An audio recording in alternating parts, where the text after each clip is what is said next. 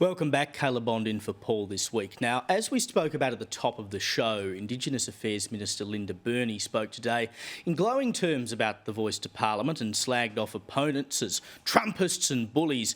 But it's some of the other stuff she said about how the voice to Parliament would work that really needs to be questioned.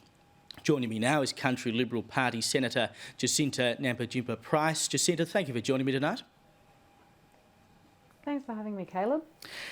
First thing she said, or we'll go through a number of things here. Her first claim is the voice is what Indigenous people have told us we need. Take a listen. The idea of constitutional recognition through a voice is what Aboriginal and Torres Strait Islander people have asked for themselves, not the government. I mean, once again, she's packaging all Indigenous people up into the same box. They all want this. The fact you're here tonight, Jacinta, very clearly means that is wrong. Look, and this is one of the biggest lies that has been peddled to the Australian people, and the misinformation that the ABC continued to peddle about the idea that this is what all Aboriginal Australians have wanted and have asked for.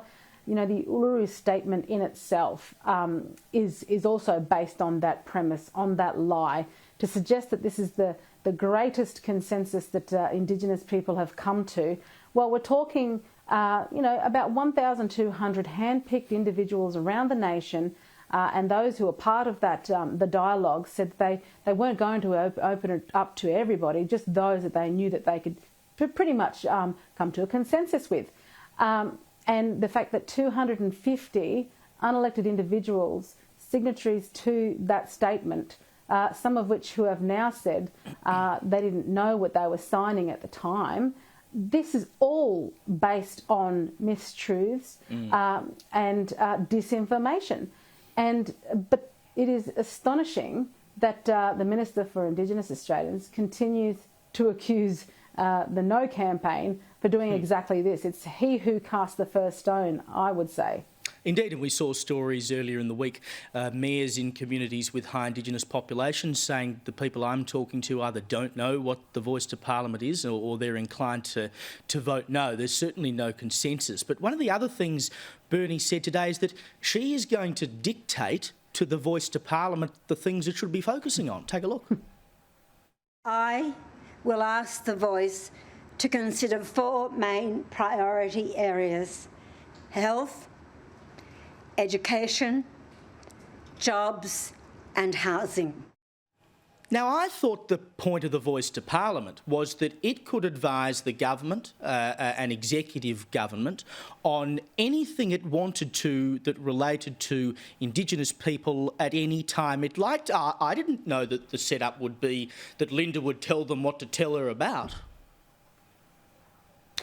That's exactly right, and that speaks to the whole idea of the voice being independent, right? And, again, she can suggest whatever she wants to whatever this voice is going to be, but they have the constitutional right to be able to address any issue that they think requires addressing.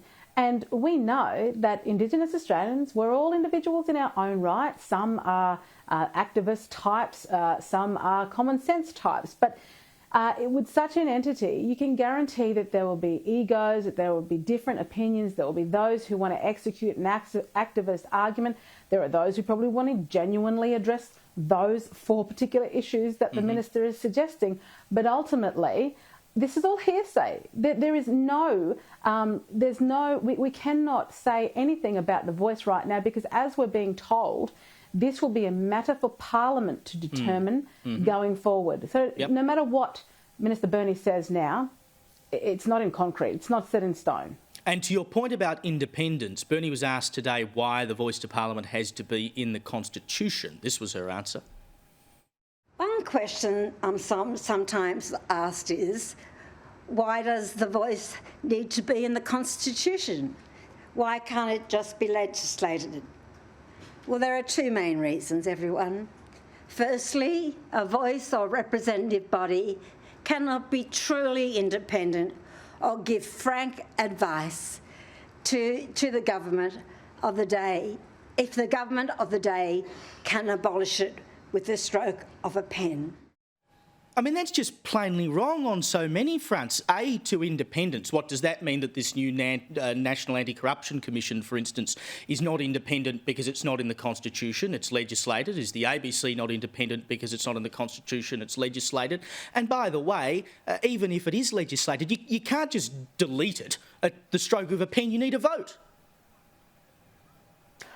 Exactly right. There's a huge process that has to take place throughout Parliament in order to, get rid of a body like ATSIC was got rid of previously, and that was a bipartisan decision by both sides at that stage. But you're absolutely right. I mean, is the Minister suggesting that the Solicitor General therefore is not independent to the government of the day? I mean, we're relying here on advice provided by the Solicitor General for the purpose of this whole exercise of, of the voice to Parliament. So is that what she's suggesting? It's just, it's not here nor there. It's all over the place. There's no sort of coherent argument. And that's what I felt like I was watching today during her, her delivering her address. I felt like I was watching a train wreck. And then when questions were put to her, they were just not answered.